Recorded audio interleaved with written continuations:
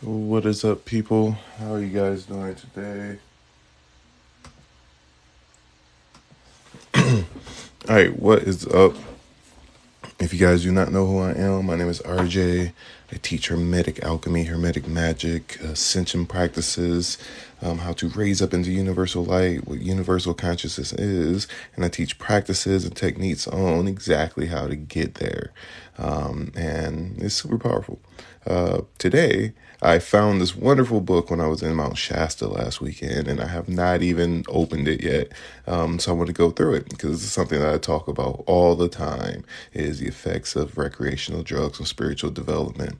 Now, there's this really big thing in the spiritual community that you should do plant medicines and all this stuff. And if anybody is telling you these things on your path to develop yourself, run away from them. and I mean that. And we'll talk about the metaphysics of it. We'll talk about exactly how it affects you, why you have spiritual experiences under the influence of psychedelics, and even how weed and alcohol affects you. Once again, I have not even opened this book yet, so I'm really excited to go through this. And I'm going to share my personal information and knowledge when it comes to these topics. And like I said, in the spiritual realm, especially new age Western spirituality, everybody's like, let's do shrooms and psychedelics and LSD and DMT and all this good stuff. I'm telling you right now, there is no way that you can grow and develop being under the influence of a drug. You can have a cool experience, cool, but there's no way you can possibly master yourself because the reason you have spiritual experiences is because it neutralizes the elements within you. It neutralizes the part of you that binds your belief structures and your labels together. This is even why people, when they smoke weed, they feel a sense of oh yeah, my problems are just away, and then they don't feel like all the burdens and stuff that they were clinging on to before, because it neutralizes that part of you. But when you do this, that part of you is also the part of you that protects you.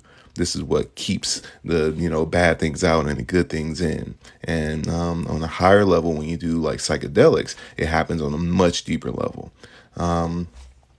So there's no way possible that you could ever master your experience and truly grow spiritually, being a slave to even a recreational drug. And I mean this. It's really, really deep. And like I said, the people, as I've seen facilitators, I've seen people that, that's done 30 ayahuasca ceremonies, and they're still not emotionally balanced, because it's not possible for you to stay emotionally balanced being a druggie. It's not. And this is from somebody. Like, it's not the pot calling the kettle black. I've done plenty of psychedelics in my life. I've done plenty of mushrooms. I have friends that have mushroom labs. I have friends that literally synthesize DMT and everything else, and I would not touch it again at all, because I understand the path very, very clear, and it's literally impossible for you to master your experience being under the influence of a drug. So thank you guys for joining me. Once again, my name is RJ. I teach Hermetic alchemy, Hermetic magic, ascension practices, how to raise up into universal consciousness, and we're going to talk about this. And I'm going to go through this book. Once again, I have not even opened this book yet. I picked this up when I was in Mount Shasta last weekend, and like I said, this is something that I've been covering a lot, is the effects of recreational drugs. Now, for those of you who smoke a lot of weed, who do a lot of shrooms and stuff like that, if you feel uncomfortable, if you feel like, oh, that's just not true or whatever, good. You need to stay here and listen to this. So you can understand how this affects your experience. And like I said, I've done plenty of shrooms and LSD and DMT and stuff in my life, but there's no way possible you can master your experience by being under the influence of these drugs, because the part of you that protects you is not there. And that's what gives you these experiences. But what I teach is how to have those experiences naturally, how to develop yourself, master your astral body, your quantum field, your electromagnetic energy. And this is what gives you your perceptions. And once you master your mind, you can have all those experiences at the blink of an eye. Just focus your mind and your intent, and it happens. So we're going to carry on with this book. And once again, I have not read this, so I'm going to give my own personal input and feedback on the things that are in here. If you guys have any questions, feel free and drop questions in the comments. tap the screen, see how many people we can get in here. If you know anybody who's constantly trying to get you to do shrooms and LSD and smoke weed all day, every day, share this with them. Get them to see this so they can understand the effects of how this works. Because I know how it works. But I'm really interested to see what they talk about in this book. So follow me. It says, could I post this? I am most definitely going to post a video about this. And I'll try to make it a little controversial too, so it gets a little more push than some of my other videos. So let's get into this. And tribute to Mother Earth. That's beautiful. Oh, Mother, my tears fall upon your face. I just remember we, the light workers, have now returned to spread our web of love all around you. From distant stars and galaxies, from past lives, present and future, we come to guide your healing. We, the light workers, one soul to another, touch the hearts of many each day. With each recognition, we laugh, smile, and cry. Our love is abundant, flowing, shimmering. We, the light workers, in perfect joy, quietly expand unconditional love. Spin now, ever so gently, as you warm yourself, for we, the light workers, are back from eons behind and ahead. May love, laughter, and tears of joy rain now forever more upon your face. Thank you for the prayer. All right, so once again, this is the effects of recreational drugs on spiritual development. It's so funny because I started this because I'm doing a reading, and I'm also doing Akashic readings too. By the time we end this, so we'll go through this, okay? It says, okay, who is Adama? He is the high priest, a spiritual leader in the sacred Lemurian city of light called Telos beneath Mount Shasta in California. He sits at the head of the Lemurian Council of Light in that interdimensional city. He also acts as an ambassador and diplomat for galactic contacts with our star brothers and sisters. On behalf of humanity within and on the surface of the globe, Adama embodies the heart of Lemuria, which is nothing less than the heart of love and compassion and the heart of the Divine Mother. The return of the Christ consciousness on this planet with all its wondrous magnificence. Acknowledgement, dedication. So we're not going to go through that. It's a picture of Adama. If you've ever, it says 444, that's what's up. If you've ever been to Mount Shasta is seriously powerful. It's considered the root chakra of the earth. So this is a book that was channeled. All the information in here was transmitted telepathically by Adama, High Priest of Telos, to Auralia Louise Jones, who lives in Mount Shasta, California. Talks about Telos. And we're talking about the use of recreational drugs and spiritual development. And like I said, I'm going to go through this. I've never read through this book before, so thank you guys for joining me. And we're gonna go through this, right?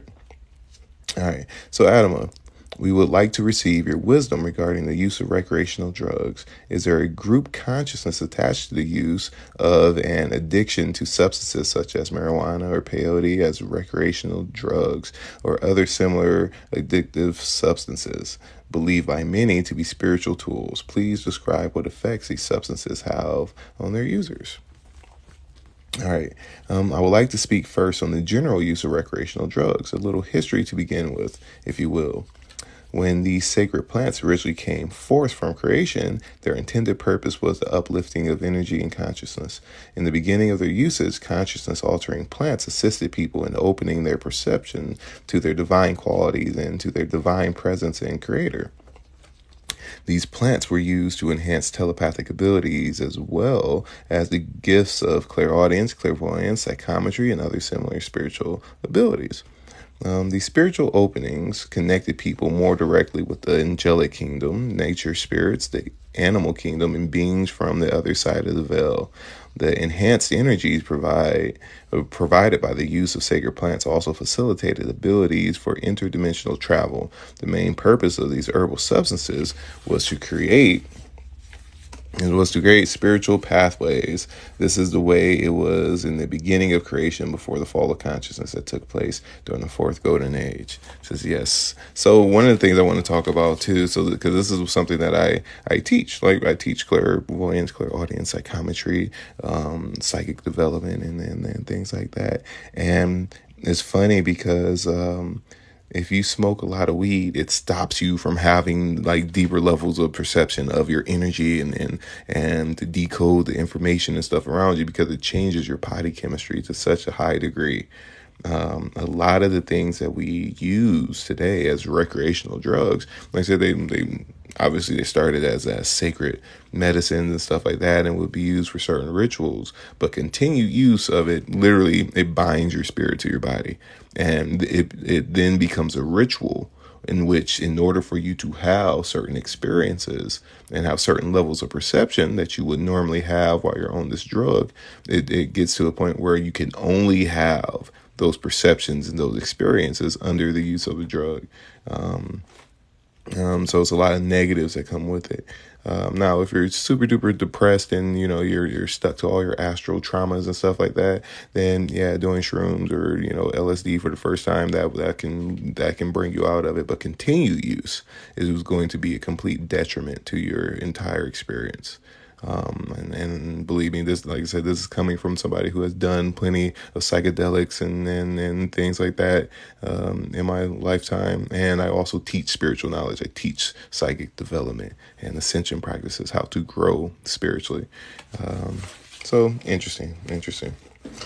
All right. So the original sacred plants assisted the spiritual evolution of mankind at the beginning of life on this planet for millions of years. During a long period of Earth evolution, people sought the energies of these plants with much reverence, sacredness, and intention. They ate a small portion of a leaf, usually directly from the live plant, depending on the experience that was desired. There was quite a variety of plants, and each one offered its own particular spiritual gift. At no time were these plants misused or any addictions formed from their use. This is a really big thing to look at in many different ways. Once again, if you guys have any comments or questions as I go through this, feel free to share them in the comments. Tap the screen, see how many people we can get in here. I want to have everybody's. I want to know all of your opinions on this. Children were given a full understanding on how to use these plants at a young age, and there was never a question of using them for any other purpose. The sacred plants had a fifth dimensional frequency and beyond. People did not smoke to inhale these substances through their lungs, as it was done with the present-day counterparts of the original plants. They ate a small portion of a leaf or whole leaf, depending on the species. At this amount was all that was required to attain the desired results. People approached the plants with much reverence, asking permission from the devas of the plant to partake of the attributes each specific plant held. So this is I love this part right here, because if you guys know what a diva is basically it's a spirit, it's consciousness of the plant, right? So in hermetics, the first principle of hermetics is the principle of mentalism, meaning that everything is a fabrication of mind, or even everything has a spirit. Everything is composed of consciousness. So when you're looking at plant medicines, right, everything is living conscious energy, and each plant has a specific type of spirit that aids you in a specific way. And most Aboriginal and indigenous cultures, they understood this. So they would tap into the plants and literally ask the plants for permission, the spirits of the plants. And the spirits of the plants will affect everybody in each individual way. And so that's an important aspect to look at. Since these plants grew abundantly in many places, and almost every home had a sacred spot in the garden reserved for a few species. They were considered food for the soul, and as important a substance as food for the body. The sacred plants carried a very high vibration when ingested. They shared attributes of their vibration that elevated the body and opened the consciousness to higher understandings and experiences. For those of you who have ever tried mushrooms, literally, it neutralizes the elements within your body, and then you begin to perceive roughly the way that the mushrooms perceive their reality. But the danger with that is it begins to animate your subconscious belief structures and things that you hold on to. And there's a lot of dangers that come with that too. So I have a interesting concept when it comes to that, but we'll talk about that later. The so-called weed that the present generation smokes or uses today, hoping for a connection with a higher aspect of themselves or an experience of other dimensional realities, is not in any way the same plant originally used for spiritual purpose. The original plants no longer exist in your third dimensional reality, although several species have been preserved inside Earth.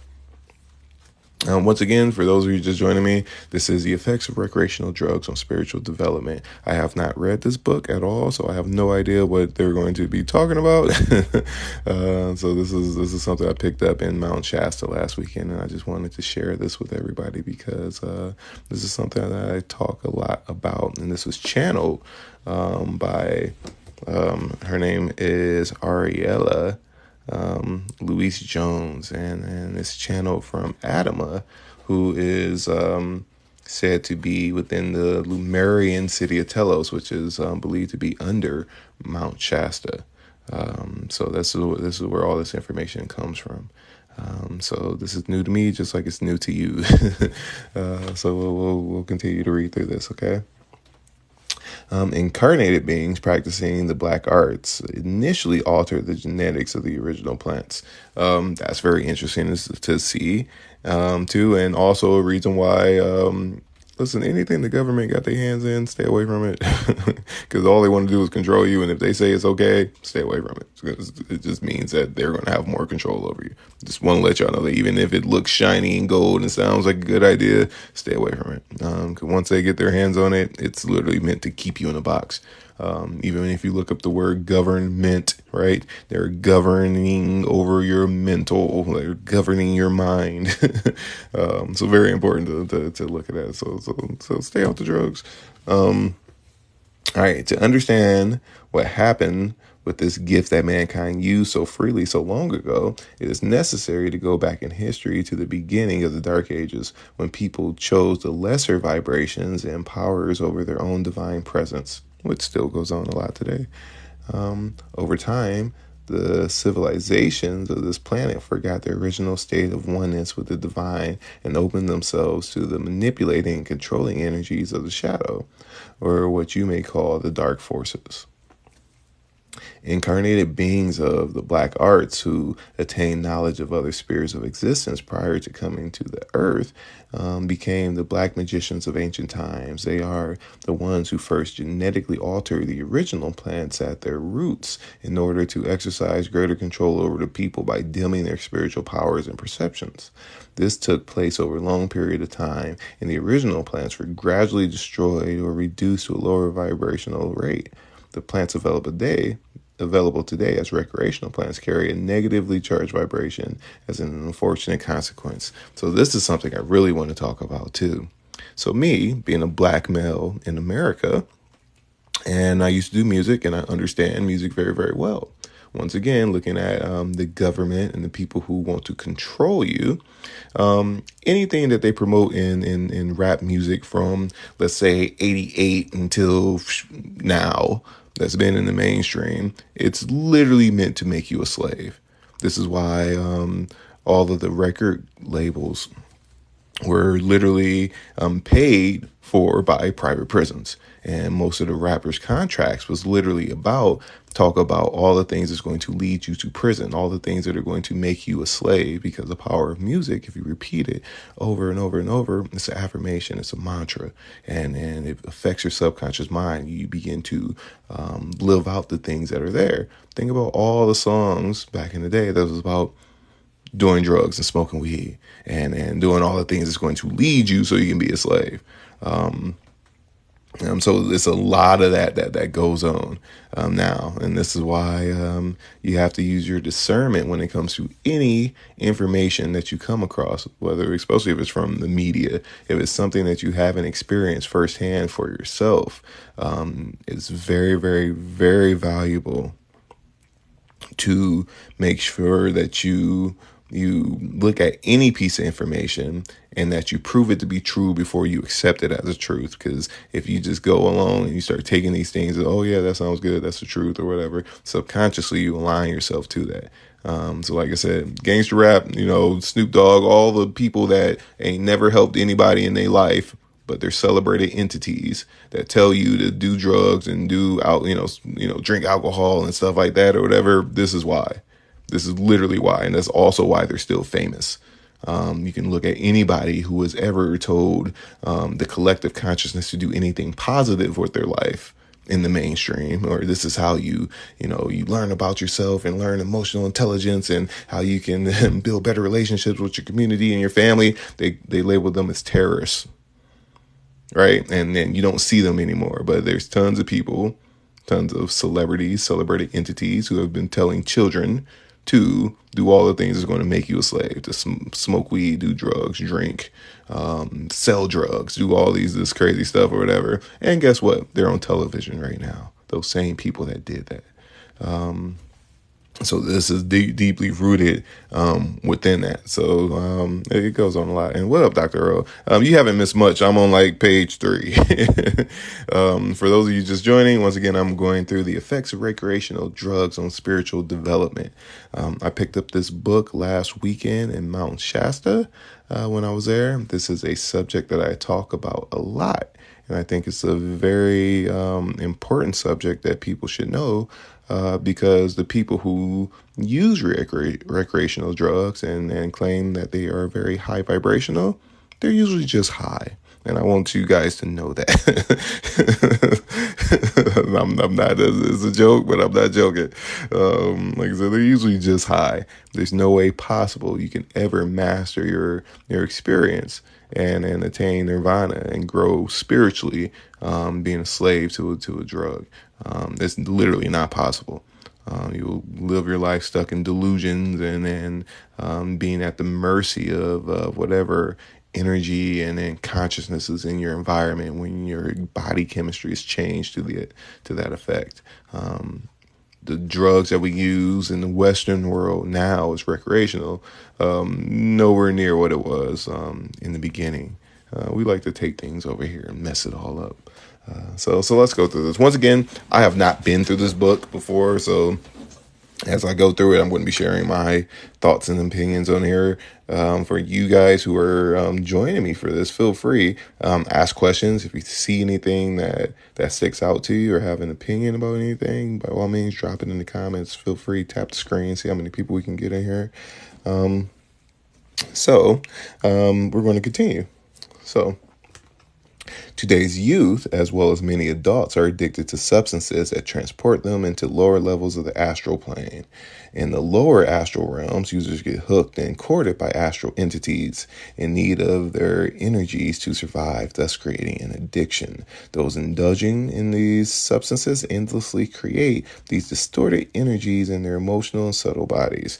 That is so real and so correct. And like I said, if you listen to any gangster rap or anything from from the 90s until now, they're all about do drugs and stay in the lower astral realms. All of it is stay there. In Buddhism, it's called the realm of hungry ghosts.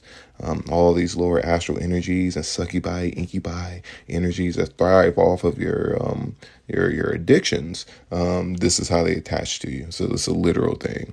Is that like this, like that song, Perk 60? I've never heard it. I've been so far away from mainstream stuff, but that is, I like the way they worded that. All right, so these entities have a consciousness of their own. They are real and alive, living in a low energy consciousness that becomes more and more aggressive in its attempt to gain control over the user. Over time, with continued usage, the entities grow in number and in power in the energetic field of their host. So this is something I share a lot with people, is In the beginning, when you do anything repeatedly, you're developing a ritual. If you do it more and more and more, that ritual becomes an addiction. And that energy, remember, everything is living conscious energy. Your thought forms, your emotions, these are living conscious things. This is why when you have the urge to do something, it's a energetic thing within you that wants to express itself. It's telling you, hey, feed me. Hey, express me. You are awareness itself. And all the things that everything about you is an expression of a level of consciousness.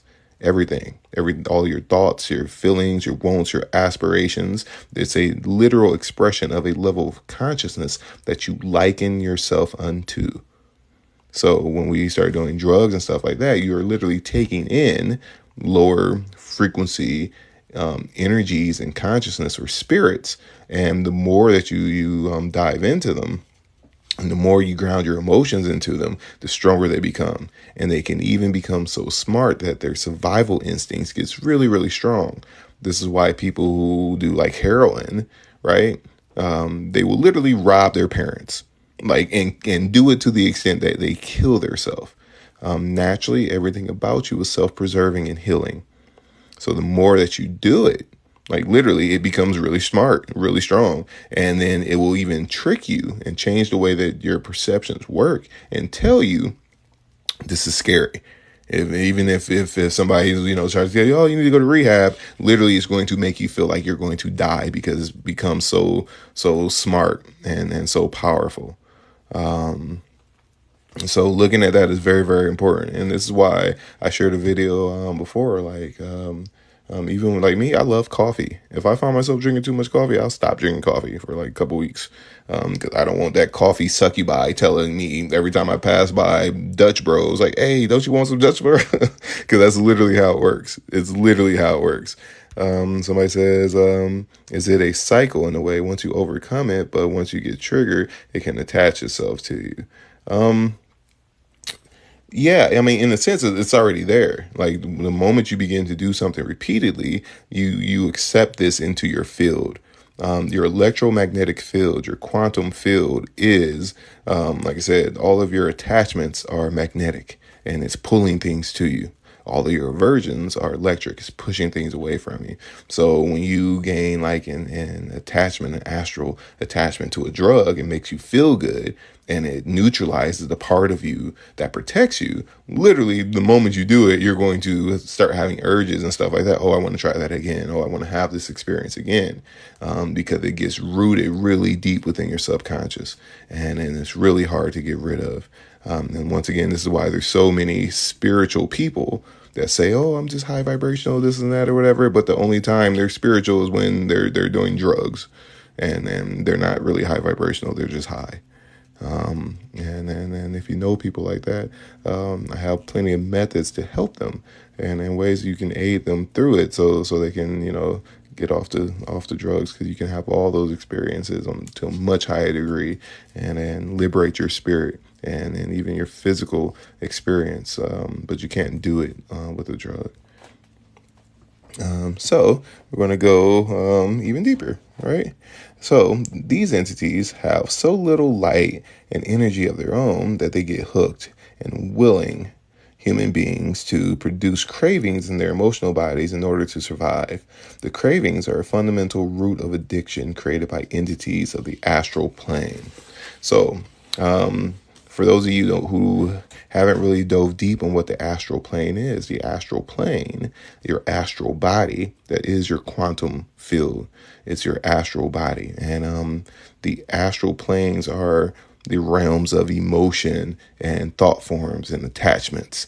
All the beings within that's what those astral realms are. The mental realms are higher light realms, but all the different realms of fabricated thought and emotions, that's what all the astral realms are. So you want to raise up to the highest state of the mental realms and the higher states of the astral realm, so you can have a higher physical experience and a much higher value life while you're here. You can have a very, very powerful and rich life by raising up into higher frequencies. And this is a big part of what I teach. So once again, for those of you who are just joining me, we're covering the effects of recreational drugs on spiritual development. This is my first time ever going through this book. So far, I like it. It's just basically explaining things that I already tell people. But it's nice to see that somebody else is on the same wavelength. I picked this up in Mount Shasta last weekend, but it's really deep. It was channeled by Auralia Louise Jones. So we'll continue.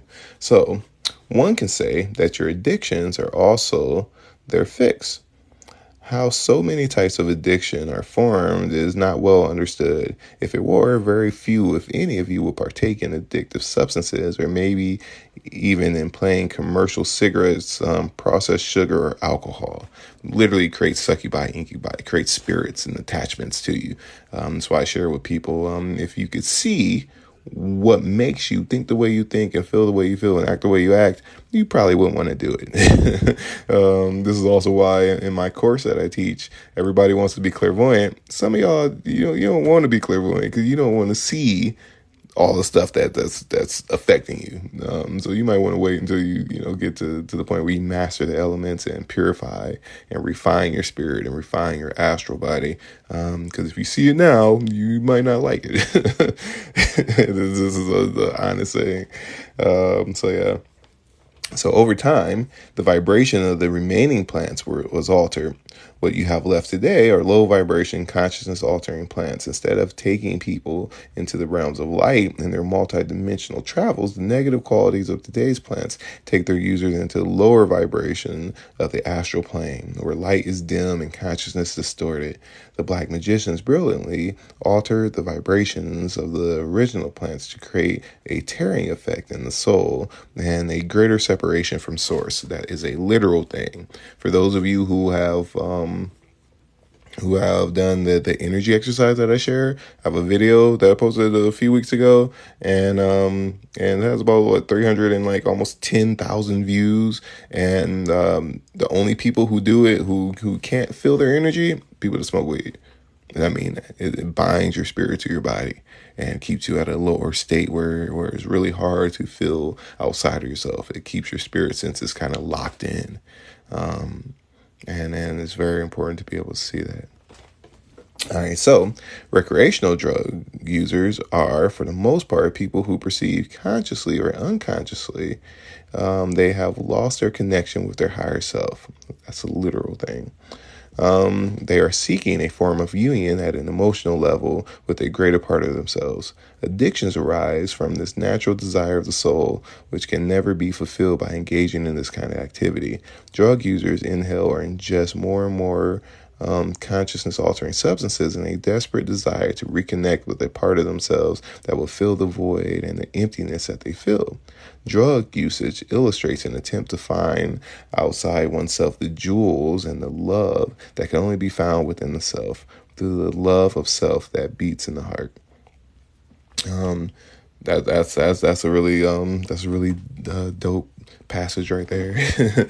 So one of the things too, a lot of ascended masters reincarnate and they come here and they become drug addicts because the quickest way to liberate your mind, in a sense, is through a drug.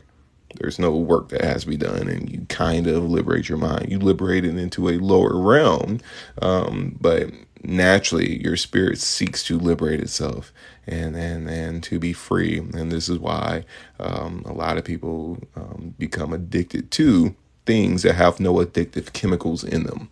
People get addicted to shrooms and LSD and weed and stuff like that because they're addicted to searching for these spiritual experiences. But there's no way that they can help you, at all, not to completely grow. So we'll continue. Once again, I have not been through this book. I just love this subject. So I'll continue.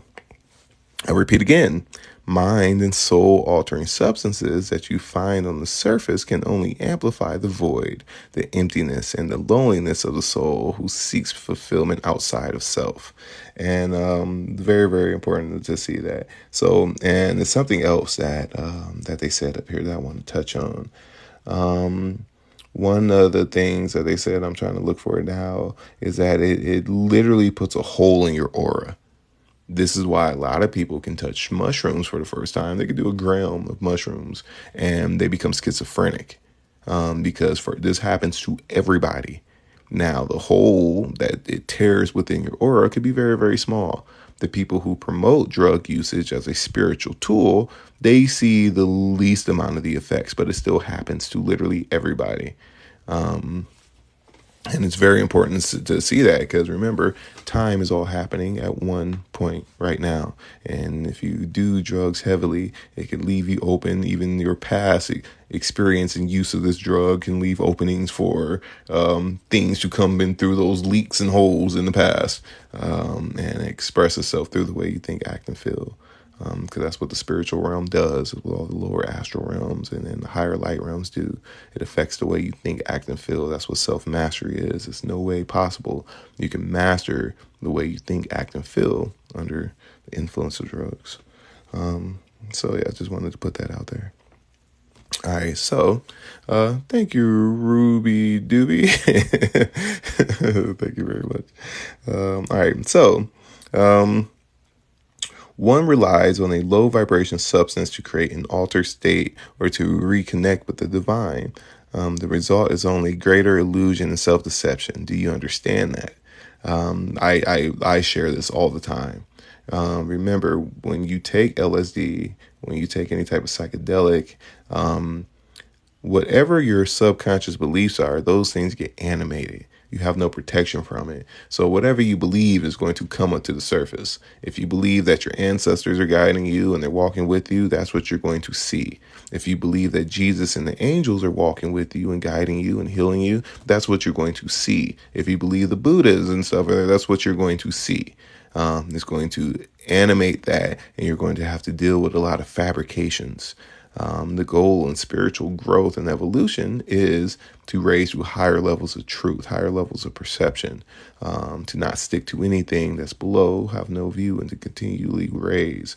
But doing a bunch of drugs, you literally become a victim of your own subconscious thoughts and beliefs, and you stay stuck to a lower way of viewing the world.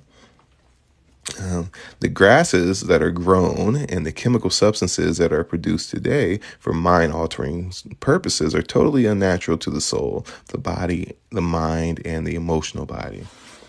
These substances create distortions in these bodies that can take a very long time to correct, even several lifetimes. And I want you guys to all understand that.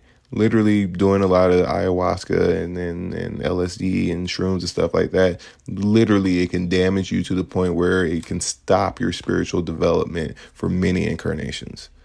And this is something I know. Like I said, once again, we're going through this book, The Effects of Recreational Drugs on Spiritual Development by Auralia Louise Jones. It was channeled in Mount Shasta. I picked this book up last week, and this is my first time ever going through it.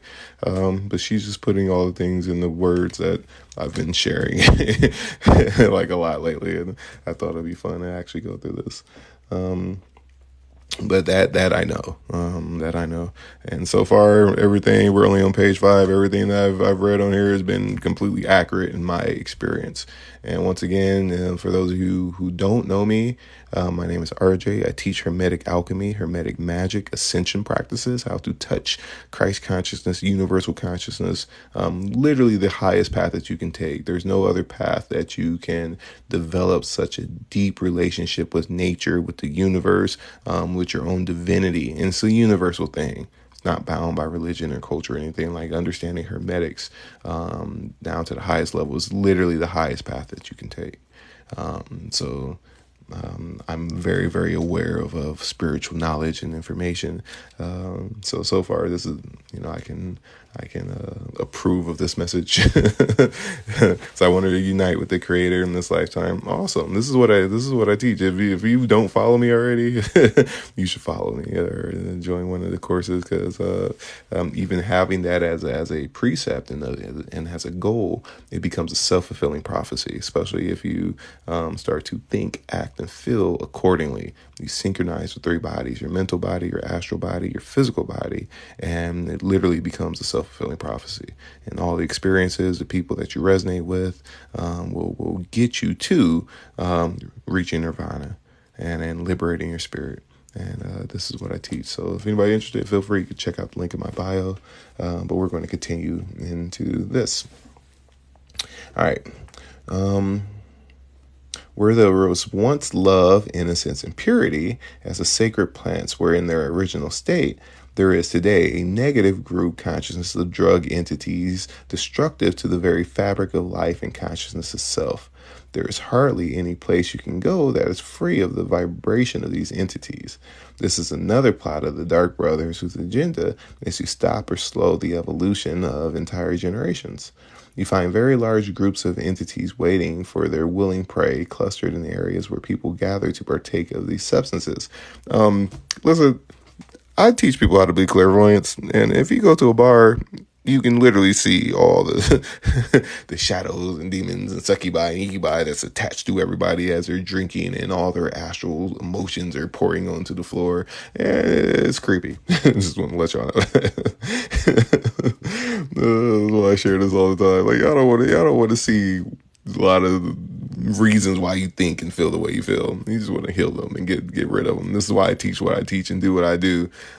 So you don't have to see it. You don't have to deal with it anymore. But I like that they said that. If you could observe from our perspective, you would know without a doubt that anyone indulging in these substances invites legions of these entities in. They cling to you and torture you emotionally to incite you to ingest more. The addiction comes not so much from the plant itself, but from the entities who attach themselves to those using these substances. Now, this is when we're getting into the laws of karma, because literally,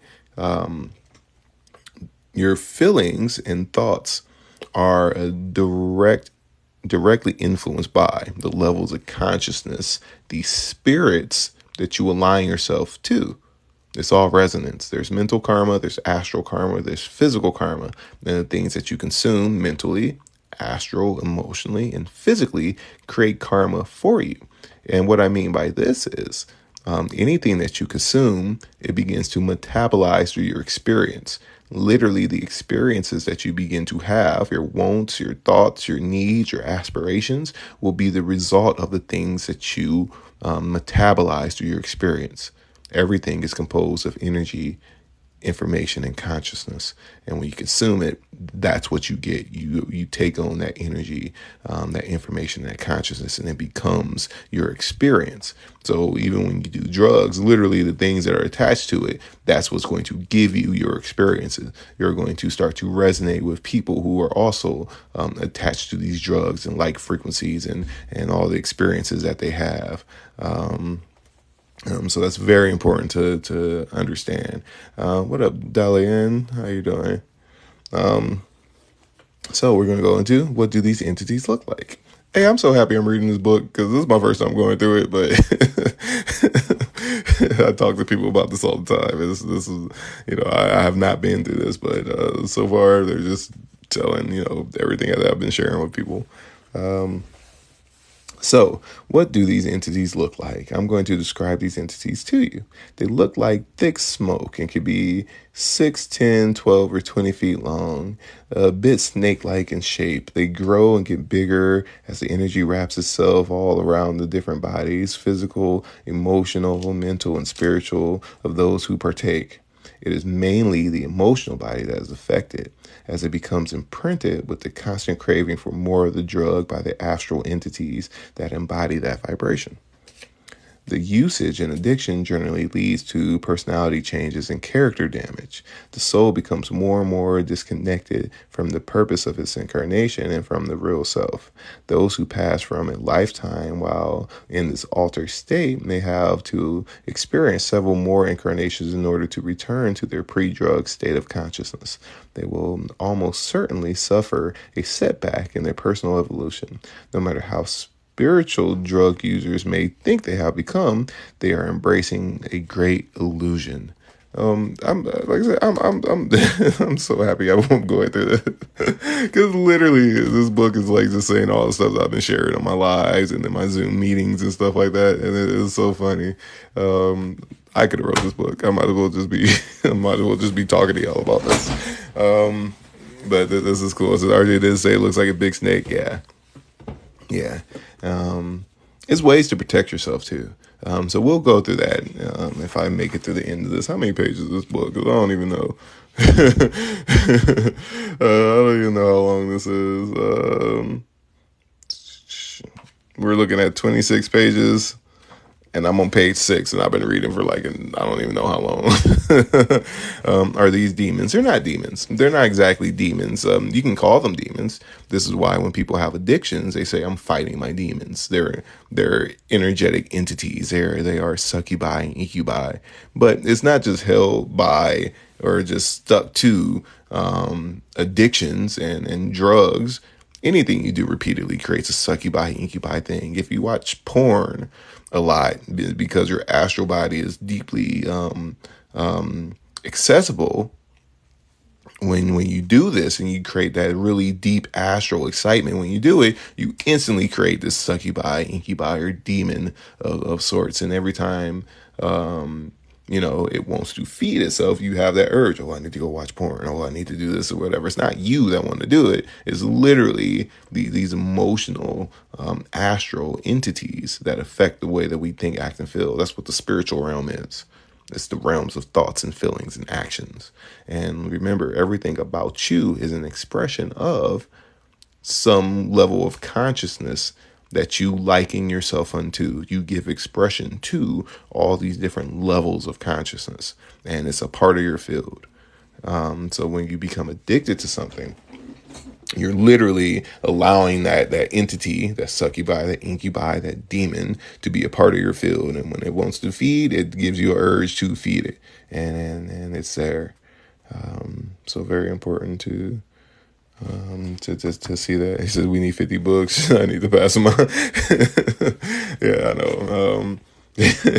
So all right, so we'll continue. Once again, I have not read through this book. We're reading The Effects of Recreational Drugs on Spiritual Development by Auralia Louise Jones. I picked this up in Mount Shasta last weekend when I was there, and it's like, hey, this is something I talk to people about,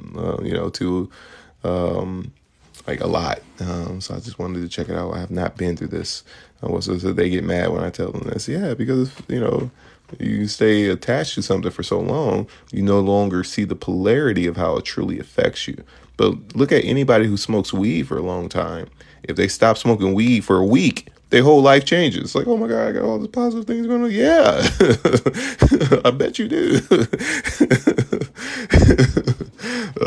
But because it's so mainstream for people to be attached to these lower frequency entities and ways of thinking and consciousness and things like that, you know what I'm saying? The collective says that it's okay to be a druggie.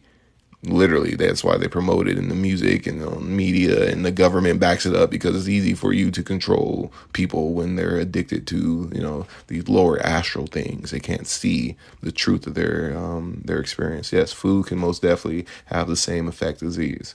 So this isn't just bound to drugs, but the entire book is based around drugs. But anything that you do repeatedly, it can create this type of succubi, incubi relationship within your field. All right, so can you be more specific about how each of our four bodies, emotional, physical, mental, and spiritual, as well as the auric field, are affected by drug use? This is getting good, y'all. This is something I talk about a lot. So, on the emotional body, we will start with the four bodies, right? The one most affected is the emotional body, your astral body, or your soul. Essentially, that's what your astral body is, your electromagnetic field, your quantum field. These entities lure people into addictions mainly by creating a sensation of starvation or craving for the addictive substance, primarily in the emotional body and the solar plexus. It is well documented that those who take these substances retard the growth and maturing of their emotional bodies. In general, they can remain quite unbalanced or immature for many years, or even for the remainder of their incarnation. I've met many high level people who have high levels of understanding, but they do drugs and they're just lost. They literally are just lost and have no care. They know all this knowledge and wisdom and stuff like that, but they're literally a slave to the drugs, and there's no growth within that. And even the things that they want to do are not the product of their own will and volition. It's literally these addictions and stuff like that that's telling them, hey, think this way, feel this way. Your astral body, your emotional body, is the part of you that gives you your perceptions. It's not the spirit. It's not even the mental body.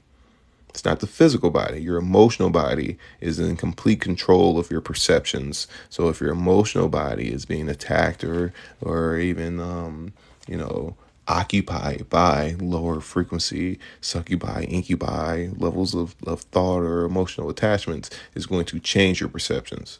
Once again, this is why people do heroin and they literally rob their parents and everybody they love and will do it until they die. So yeah. So we're going to keep going. When you see men or women in their 30s and 40s with the maturity of a 15 or 20-year-old, you know that something has stunted the growth of their emotional body. The emotional body usually stops maturing at the age one starts ingesting these substances. So often you hear people say about someone, he's 43 years old going on 16. Do you get the picture? Hey, I ain't never heard that, but I've seen that. Oh, that's so real. And like for me, I'm from the hood, right? I'm from the ghetto. And I go back home and I can, go to my cousin's house and stuff like that. And, he's friends with like a bunch of people that we were friends with growing up. And all of them are still talking about high school. They're all like, oh, you remember so-and-so? Like literally when they started doing these drugs, they're still stuck there in that level of consciousness. Because just like they said, like I never thought about it in that way. But it's very interesting to see the way that they worded it. But that's amazing the way that they worded it. It gives me a different perspective on it. But yes, it most definitely stunts your emotional body instead of continue to grow and evolve and have higher levels of emotional development and emotional intelligence. It stunts them and stops them there. It's the same stories over and over and over again. Exactly. Listen, there's people that I've known since I was 12 and I see them, they still talking about the stuff that when we were 12, 13, 15, and like, life ain't stopped there. But their ability to grow in their astral body did, because they're a slave to these entities and succubi, incubi, these drug demons, so to say. This emotional immaturity creates deficiencies in the character building of drug users. Instead of developing qualities of their divinity, such as love, harmony, prosperity, honesty, responsibility, creativity, wisdom, etc., the addiction causes many to resort to all sorts of manipulations, treachery, and distorted ways of acquiring money in order to get another fix. There are those who will even kill or resort to prostitution to get the funds to feed their addiction. Drug dependency often destroys or diminishes the qualities of the soul, and the goals of the incarnation are not achieved. I have seen that over and over again. So definitely agree with that. It says everyone has a certain desire to evolve and become the divine being they truly are. This is your very nature, your birthright. Those who use drugs or similar addictive substances are looking outside themselves for what can be found only within the depth of the soul. Drug abuse demonstrates an unwillingness to go through the normal channels of learning and the daily lessons of life that help you evolve. In all truthfulness, there are no external shortcuts to enlightenment. It's all within you. That is that I take that as completely factual. Literally, it's this affirmation. I forgot what the girl's name is, like Jiminelli or something like that. And she has a mantra album, and it's literally everything I need is already inside of me. And this is something I teach my students. Like I said, I teach ascension practices, what it means to grow and evolve, and take all the information you will learn and build up over many incarnations. You can have it now. You can have it right now. But the trick is for everybody, even people who have a hard time doing that, is letting them get to the point where they see that they already know all of this. Like even the highest spiritual knowledge and understanding, it's already a part of you. All of it is already a part of you. Your ability to have these higher perceptions, to have psychedelic spiritual experiences and stuff like that, is already a part of you. The trick is getting people to actually realize their divinity, so they can tap into it. So this is a big part of what I teach. All right, so we're going to continue. The time has come for all to become mature and responsible citizens on this planet. For much too long, a large percentage of you have remained irresponsible children, refusing to mature into divine and spiritual beings. Needless to say, you cannot remain children forever, and the time to embrace your divinity has come. Time waits for no one, particularly at this wondrous time of Earth's transition into a higher world. Time will not wait for you any longer. You either come along as wise, mature, responsible beings, or you will stay behind. I've seen that so much too. So it's either you get the lessons, see the lessons as they come, take them as lessons, learn from them, integrate, and you can continue to grow and evolve. But the people who don't want to look at themselves and understand their thoughts, their feelings, and emotions, they're going to suffer. Because it's there, and as the astral and physical realms, that veil between the two gets thinner and thinner and thinner, it's going to be a clear divide. Those who want to look at themselves and say, okay, cool, I'm going to learn this lesson and then grow, and then there's people who just refuse to, and they don't.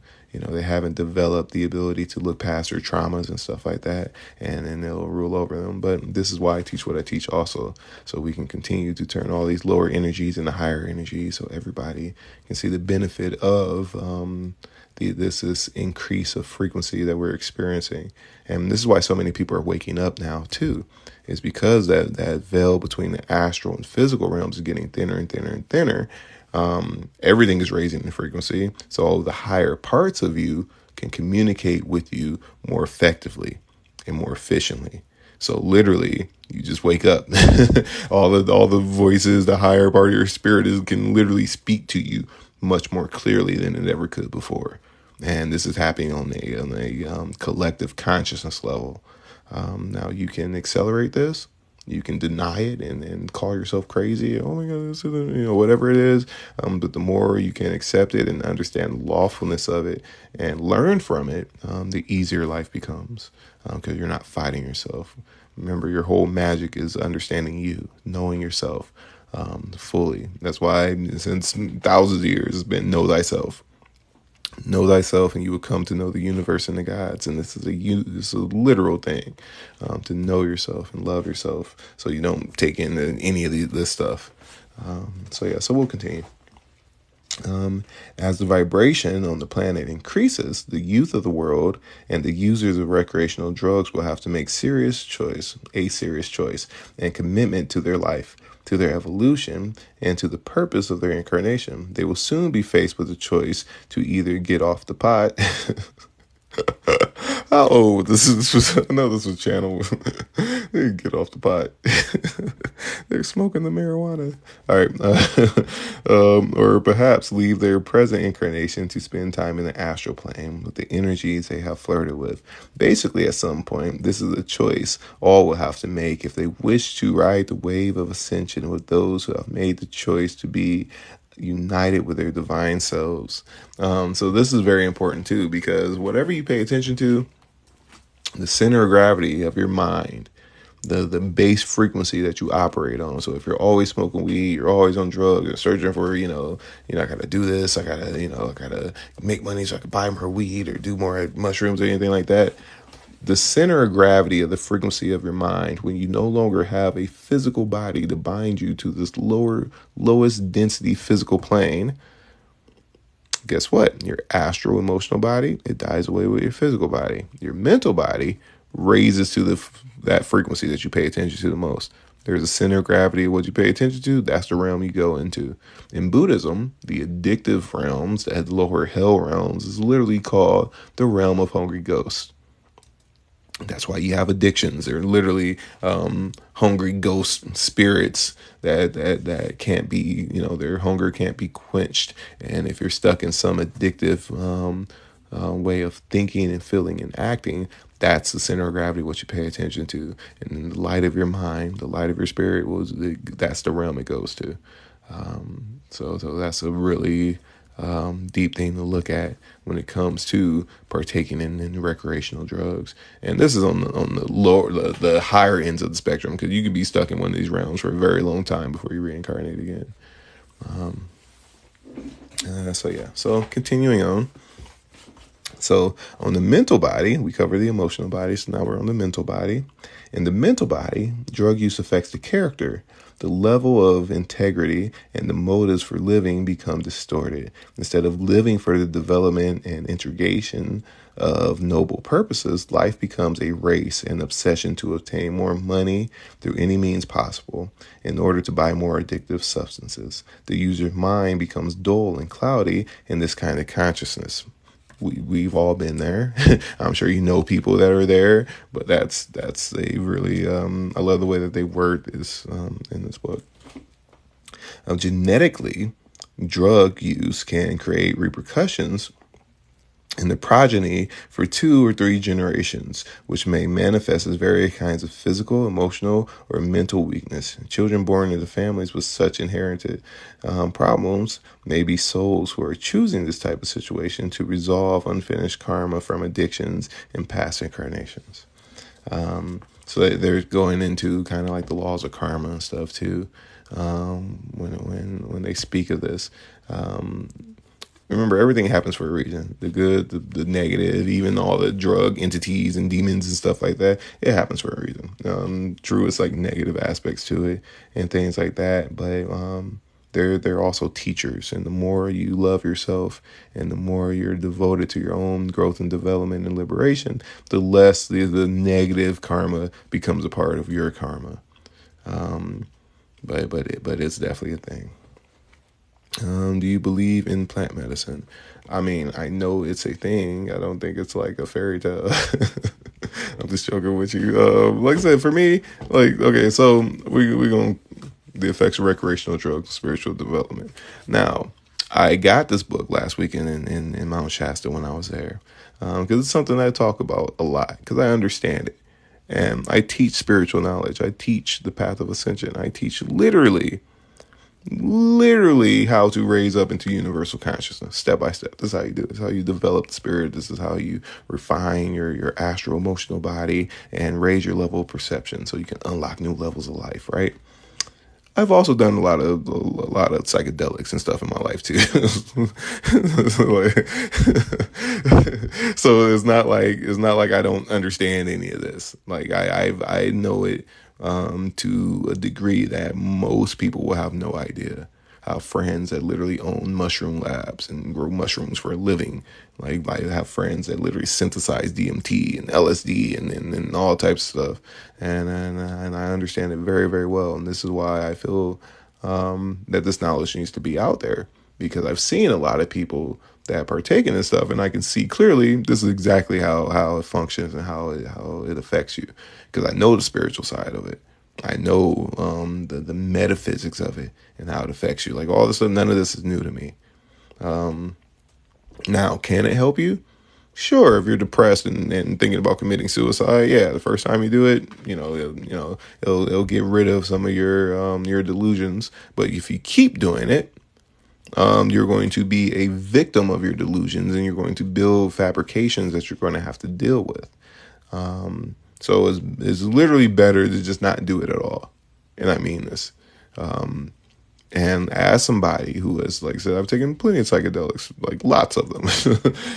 As somebody who does this, I am fortunate enough to have a very, very strong mind. I have a very strong mind. I've developed my mind over many incarnations. Your mind and your spirit is the same thing. So I've developed it over many, many incarnations, and I'm fortunate enough that none of it like affected me to the degree where it became where it stopped my spiritual development. But I've seen it happen with plenty of people, and I've seen people that do it the one time and it happens to them. I've treated people who have schizophrenia because they tried mushrooms once.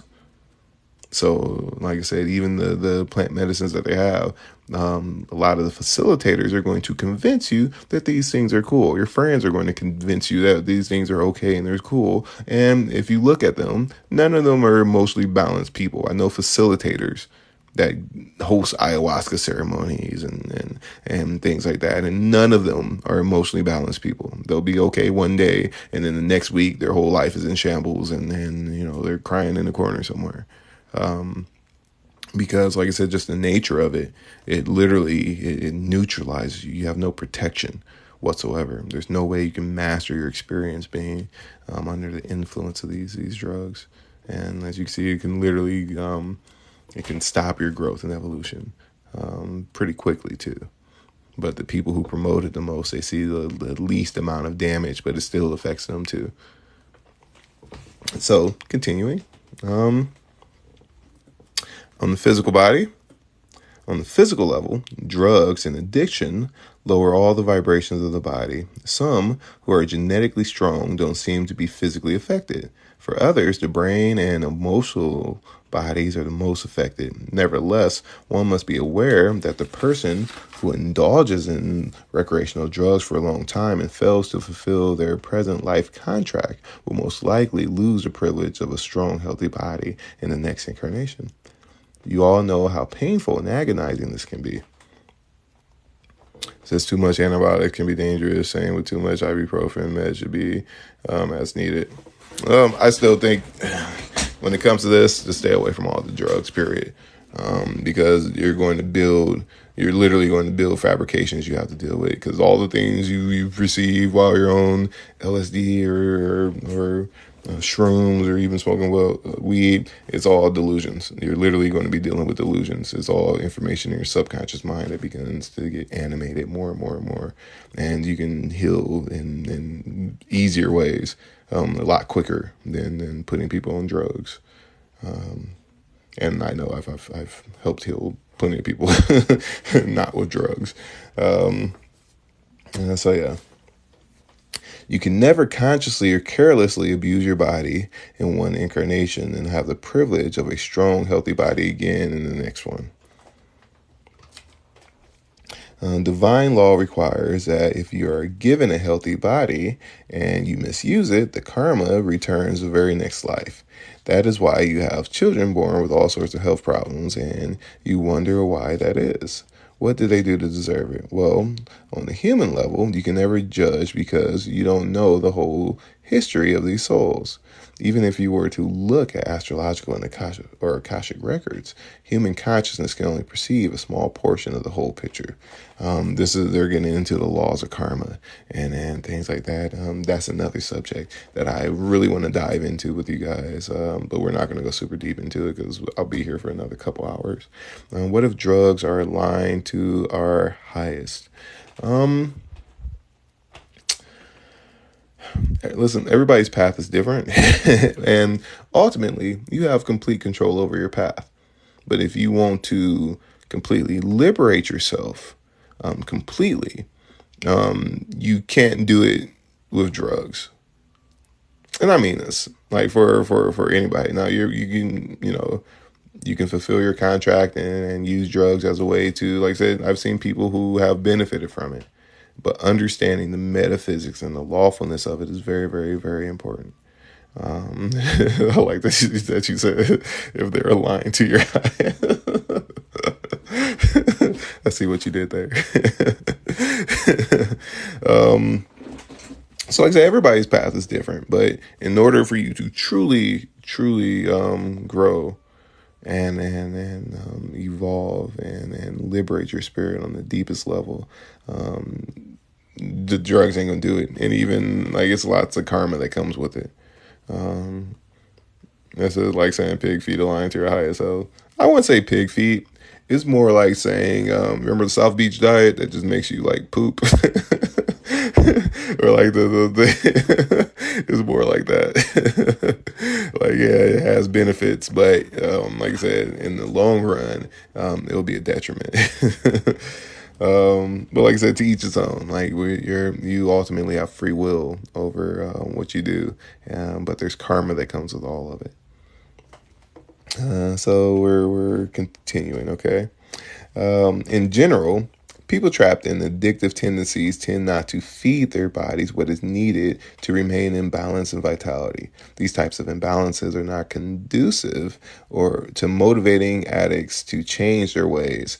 They are malnourished, to say the least. Not feeding the body properly and regularly is part of the self-hatred and denial syndromes in those engaging in addictions. This means they do not value themselves as divine beings and do not value their opportunity in this life. The body needs to be replenished several times a day with natural and nutritious foods that carry as much life force as possible. Junk food diets in the form of fast foods are completely devoid of nutrients, the main diet of the great majority of drug users. And that's very, very important. I teach magic. I teach hermetic alchemy and spiritual growth, right? Consuming things with life force that's living is what keeps you on your path, and like I said, it literally metabolizes through experience. Constantly consuming things that have negative effects that also metabolize through your experience. It affects the way you think, act, and feel. And like I said, even the things that you want to do, you're going to want to do the things that are going to be a detriment to you. If there's anything within you whatsoever that tells you you should do this, whatever it is, and it hurts you mentally, astrally, or physically, it's not you. It's not you. As a divine being, everything about you is self-nourishing and self-replenishing. If there's anything, any thoughts, actions, behaviors, rituals, addictions that you're attaching to, and you know it's not good for you, you better believe there's a spirit telling you to do this or do that, because that's what the spiritual realms are. It's literally the realms of thoughts, actions, and feelings, and some of them aren't good for you. So yeah, yes, self-nourishing just naturally. So continuing. So once again, for those of you just joining me, I am reading The Effects of Recreational Drugs on Spiritual Development. I have never read this book ever before, but this is a topic that I share a lot. Thank you, BU. So I picked this up last weekend in Mount Shasta, and it's my first time going through it. So we're going to cover this. If you guys have any thoughts, opinions, comments, or whatever, feel free to share them in the comments as I am sharing my thoughts and opinions on this. And we're going to cover this. And a lot of people don't understand this.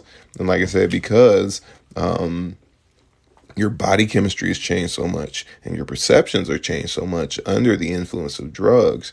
Like I said, you're going to want to do the things that's going to hurt you. You're going to want to do it. And everything within your conscious and subconscious belief structures begin to change to make sure that you think that these things are okay. And this is everything, though. Everything in your reality is basically like this. Anything that you take on as a truth, as a belief, your subconscious mind is going to prove to you that it is true. Think about it. Everything that you know to be true, you think is true. Most of it's not. And this applies to all of us. We all know we've been lied to about this realm and everything that goes on, and everything that up until the point that you found out that it wasn't true, you thought it was true. So your subconscious mind literally begins to align you with people, places, things, experiences that are going to tell you that these things are true. The goal is to see the higher truths of everything that you experience and have the courage to be able to think different, feel different, and act different so you can experience higher levels of truth. That's what the spiritual path is. That's how you grow spiritually. It's not to attach to any of your past experiences, but be open to thinking different, feeling different, acting different, so you can experience a higher level of perception, a higher level of reality. So yeah, so I've been sober since August. Congratulations. So how does one discern truth? So we can get through that. That's a really good thing. I want to get to that because I still got like a bunch of pages left in here, and I don't know if I'm gonna read this now, like all in one sitting. So I might be back with this. So to discern truth, we're going to go through one of the Buddhist teachings, okay? And this is one of my favorite teachings, and I share this one a lot, right? For those of you who may not understand or know anything about Buddhism, Buddhism's not a religion. It's a set of teachings and practices to liberate your spirit. Simple as that. And the teachings of Buddha is literally you do A plus B, you get C. That's how you liberate your spirit. So one of his teachings is the 4 bases of power, right? Actually, it's literally translated as the 4 bases of supernatural power. So, it's funny that you said, how does one discern truth? So we're going to go with the elements, right? So, the air element in the 4 bases of power, the air element is discernment.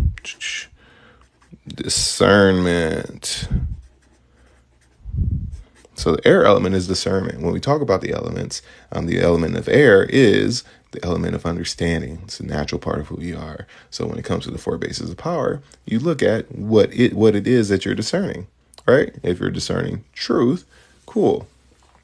Look at truth. I usually teach this in the realms of energy work, where I teach people to tap into their different energetic bodies so they can feel it, be sensitive to it. But right now we're going to use this in the universal sense, right? Because this is a universal teaching.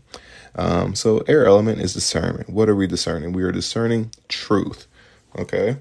So as we're discerning truth, we then want to look at our water element, right? So our water, when it comes to the 4 bases of supernatural power,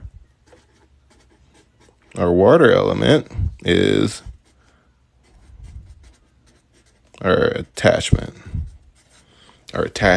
So what is your attachment to the truth and whatever it is that you're dealing with? So talk about drugs. We're going to discern drugs and drug usage, since this is what we're covering, right? This is what we're discerning. So the water element aspect of the 4 bases of supernatural power is, what is your attachment to it? So analyzing what your attachment is. So we move from air to water. Now we're going to go into fire, the fire element. So fire element is willpower. How do you express your willpower? Through your attachment of what you're discerning. So if you're under the influence of a drug, you're addicted to a drug, you are not expressing your willpower through your attachment of that drug. That attachment to that drug is ruling over you. It's expressing its willpower over you. That's why whenever you have an urge to do it, you just, I'm just going to do it. I feel like I need to go smoke crack in the corner, whatever it is, right? So 4 bases of supernatural power: discernment, your attachment, and willpower. So when you look at willpower, your willpower is how you express your will through your body, right? Your body mechanics and things of that nature, and then how you express it through your attachment. And then the earth element aspect that we're going to look at is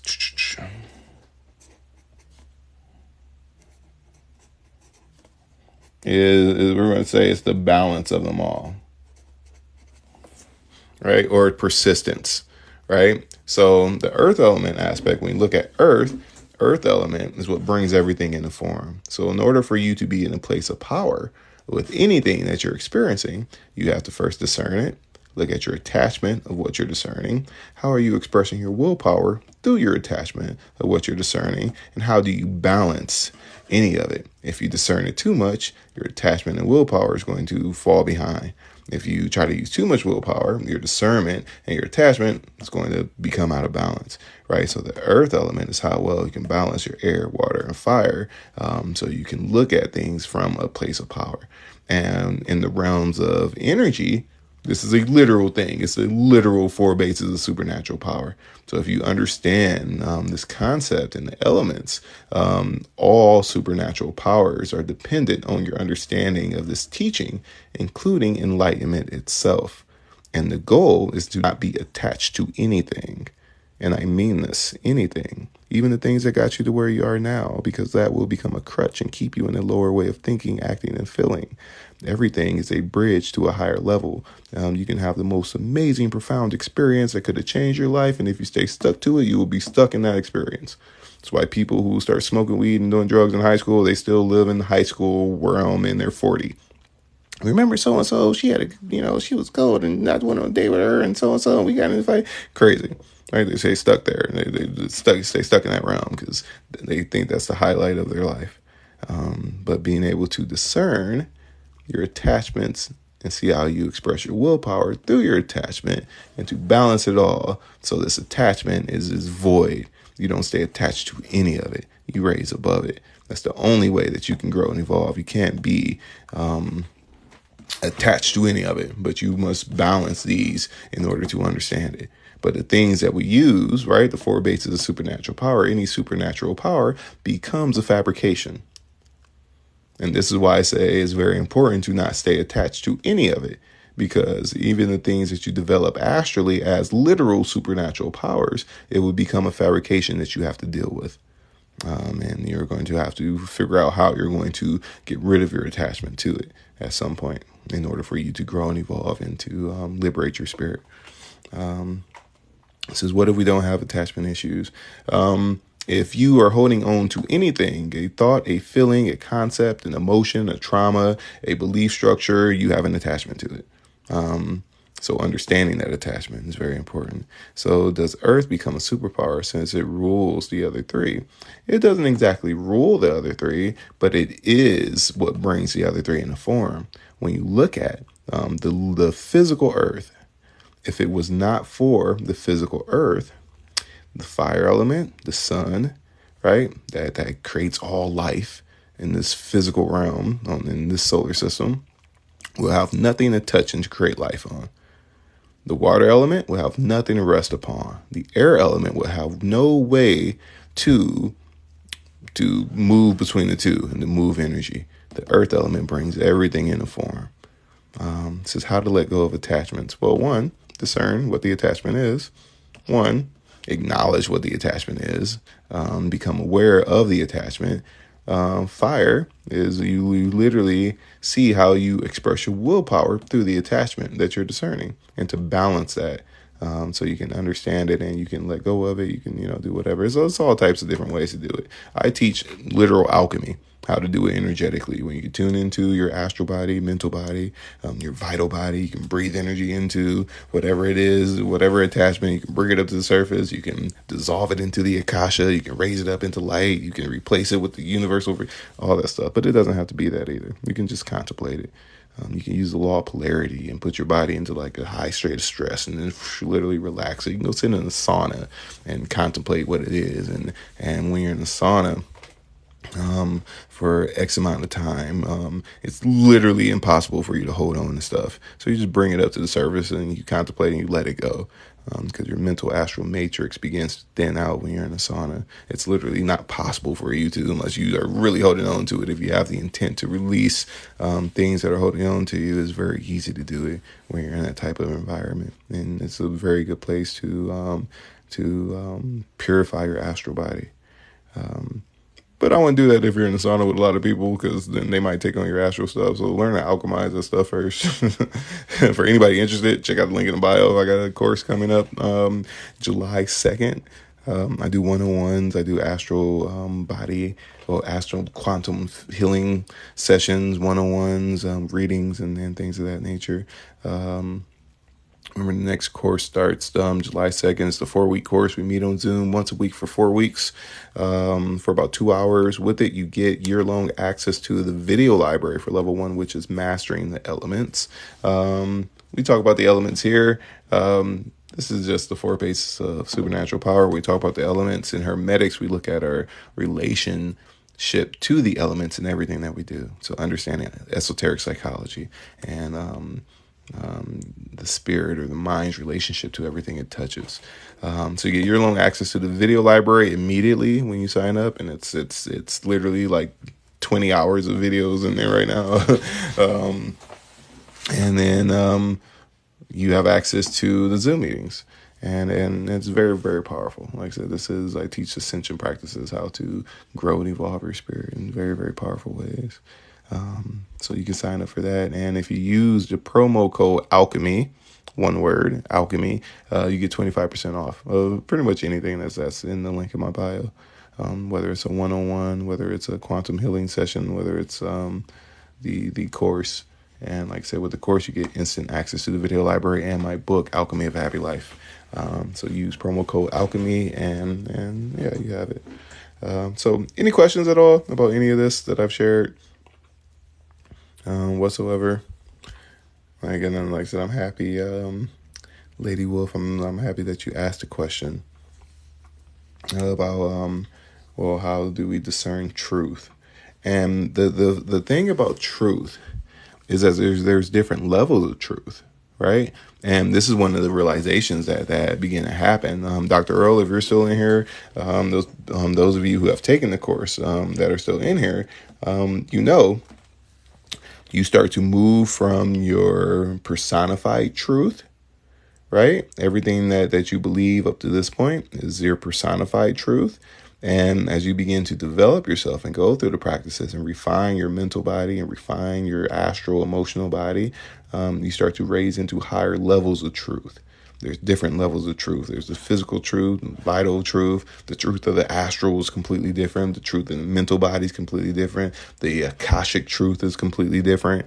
The truth in universal light is completely different. But you start to come into resonance with all these different levels of truth. So being able to discern your level of perception of the truth is very, very important.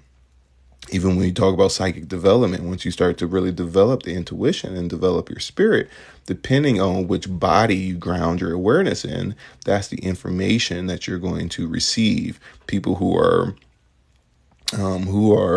grounded within their lower emotions in their physical body, all the data and information that you receive as you're going throughout your experience is going to be grounded in that.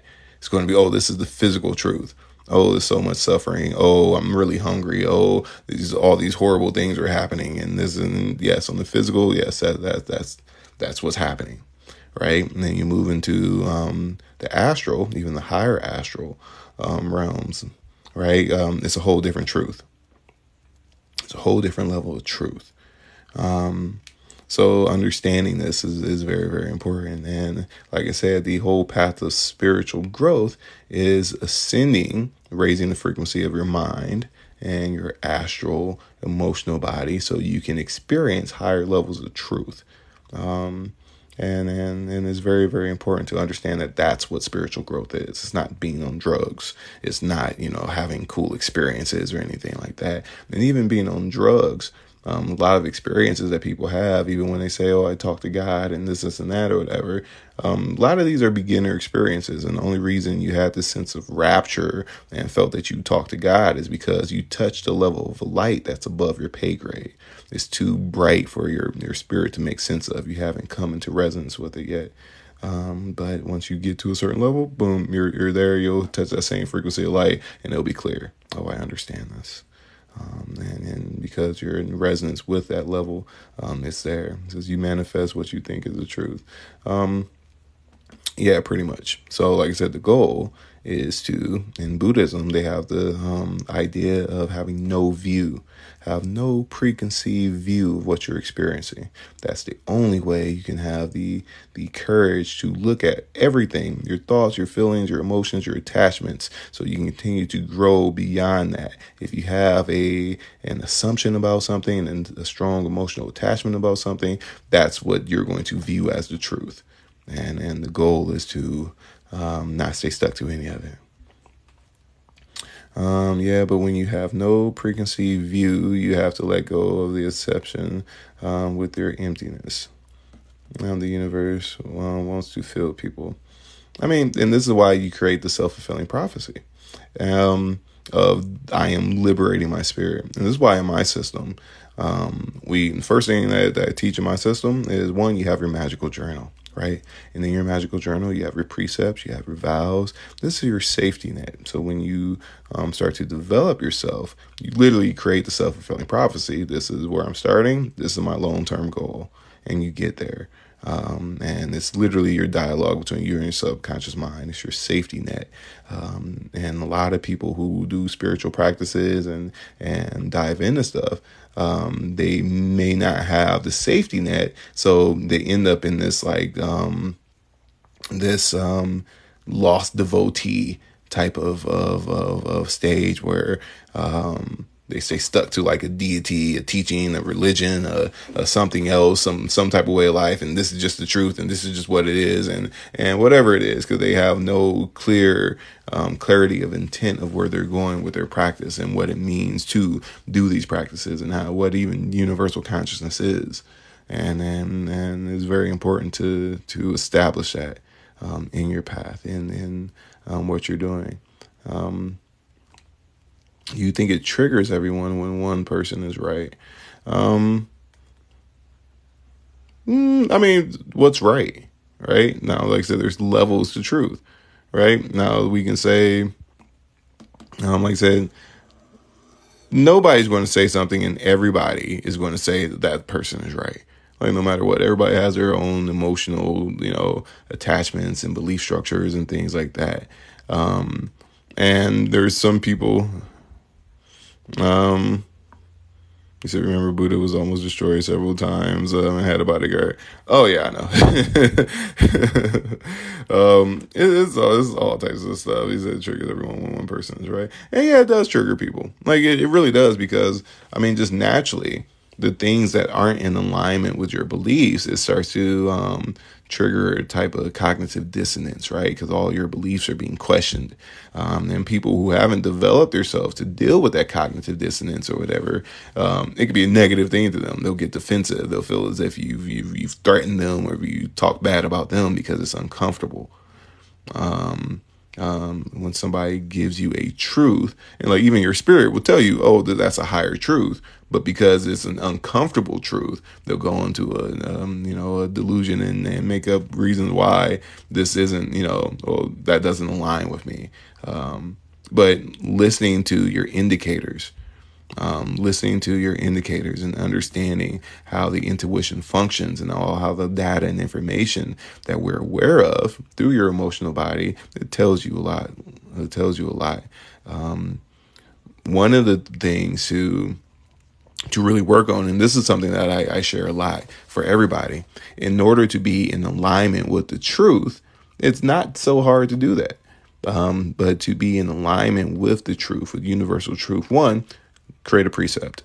All right. A precept is essentially your moral code of living. So address that. This is my moral code of living. This is my baseline of what my experience is going to be. And just by addressing it and writing it, remember, writing things, especially in your magical sacred journal, it's your dialogue between you and your subconscious mind, between you and your spirit. And when you address your precepts, it literally becomes the baseline story of your life. So one of them is, one of my precepts is, I choose to always see the universal truth of what I'm experiencing, primarily because I teach spiritual knowledge, and I don't want to give any spiritual knowledge or anything like that based off of my own emotional attachments, my biases, or anything like that. It's very, very powerful because I not only do it for myself, I do it for everybody who I teach. But another way to be in resonance with universal truth is simple. Mental body, think truthfully. Think truthfully about yourself. See the truth of things, right? Astral body is feel truthfully, right? Be open to feeling your feelings and being truthful about the way that you feel about things. Physical body, act truthfully. This literally aligns the three bodies and puts you in resonance with the truth. When things that are true will be very, very clear. It literally be clear. Now, if you out here lying to people and you know you've lied to people, it's going to be very hard for you to see what the truth is. If you're not honest with yourself about your where you're at and where you're going and stuff like that, it's going to be very, very hard for you to see what the truth is. But by aligning the three bodies, like thinking, feeling, acting truthfully, the truth becomes very, very clear. It becomes very, very clear. You'll gain like a really good BS alarm, and you'll come across data and information and stuff like that. And the things that are true will just, they'll resonate with you. It'll be shiny. It'll feel good. The things that aren't true, it'll be very clear. Well, yeah, that's not true. So that's one way to do that. Going to some of these comments. Says, how might you have clarity if you don't have vision of the future because you can't imagine it? So the clarity of intent, right? The highest spiritual path is to liberate your spirit, right? To be for your spirit to touch whatever your idea of God is, right? It could be Christ consciousness. It could be universal consciousness. It could be Krishna consciousness. It could be whatever your idea of God is. That's the end goal. And this is why it's a universal thing. That's the end goal. And this is why in Hermetics, we say that all paths lead to the same place. It's all mental. Thank you for the roses. It's literally all mental. And even the metaphysics behind it, if you're a Christian and you've been a good Christian, that's a frequency you pay attention to, you're going to go to Christian heaven. Simple as that. But if you're a bad Christian and you're a Christian, you're going to go to Christian hell because that's what you align yourself to. But all paths lead to the same place. The highest path is to touch the universal mind or to go beyond that. That's what paranirvana is. Nirvana is completely releasing your mind of attachments and aversion so it can raise up into the frequency of the universal mind or of God. Paranirvana is going beyond that. But it's up to you to align yourself with your idea of where you want to go. So people seek wisdom to transform their lives, but it's also to be close with God. What if we're telling the truth and everyone is lying about us? So the trick with that is, like, for me, is not to care what people think or say. And I learned this a while ago. The moment you cannot care what people say and think, because everybody's going to have their opinion, no matter what. And like, I can sit here and give everybody in the world the keys to the universe. It's exactly how you do it. And as simple as that. And 50% of 80% of the people are going to be like, bullshit. That's not true. That's not right. I'm right about this and this and that. It don't matter. People's opinions and stuff like that, it does not matter. And the more that I grow and evolve, even looking at comments on the internet, man, none of this stuff matters. Most people don't know anything about anything. And I know, and I'm telling you that right now. Everybody has assumptions about the way the world works and stuff like that. And they share their opinions and stuff like that. 99.9% of it isn't even remotely close to the truth. And you're not responsible for the way people think and feel about you. You just be you and be the best you can be, authentically, 100%. And that's your gift to all of creation. That's your magic in the universe, is to be you. And despite what anybody says or does, or even if they lie about you and stuff like that, now there's ways to protect yourself. So it doesn't affect you. And, if they're sending hate and stuff like that, your way, it can reflect back through the Akasha and they'll get a migraine and all the hate and stuff they send out, it come back to them. I can share some of those methods with you. I'm not going to go through it now, but it's there. But the goal is to care about what anybody says or thinks. And most people have no idea whatsoever about what they like. Listen, I stopped even going through TikTok because there's levels to this. And even some of the people I used to resonate with before, and for me, I am strongly dedicated to continually liberating myself and liberating those who come to me. And I have a very strong commitment to that. And even the people who I used to resonate with before, no, not anymore. They'll come up. Nope. And it's not to say, what they say and what they teach isn't, it's not a good thing or it's a bad thing or anything like that, but it's from their level of perception. And it's needed. It becomes a bridge for you to grow and evolve beyond where you were before. It doesn't mean it's the truth. And I mean this. And this is why I say it takes courage to look at yourself to say, why do I think the way I think, feel the way I feel, act the way I act? Four bases, supernatural power, everything you can look at in relation to the elements, everything. One, what are you discerning? The air aspect. Water, what is your attachment to what it is you're discerning? Fire is how do you express your willpower through your attachment of that discernment. And then earth element is how do you balance it? And this is very, very important. This is very, very important because, like I said, and like some advice for everybody. Like I said, all the spiritual teachers and people that share their opinions and stuff like that, like it's cool. Like no matter what it is, whatever level of truth they're sticking to, if they're in this dualistic, it's us versus them, good versus evil, whatever it is, it serves a purpose. But if they're in this realm of like it's doom and gloom and stuff like that, stay far away from them because you don't want to resonate with that at all because that's what your experience is going to be. But like I said, there's different levels of truth, and they all serve a purpose. Even the lower frequency dualistic religions and stuff like that, they serve a purpose. It's a bridge to help you get to the next level. But the goal is to be open to seeing the next level. And I mean this, until you get to the point where you enter into nirvana and completely liberate your spirit, then, you can only take things from your current level of perception. So don't stay stuck to anything that helped you get to where you are now. You have to grow beyond it. Your mind has to raise in frequency above it so you can understand everything that's below it. So that's the goal. That's truly the goal. Nicole, how are you doing? I am reading The Effects of Recreational Drugs on Spiritual Development.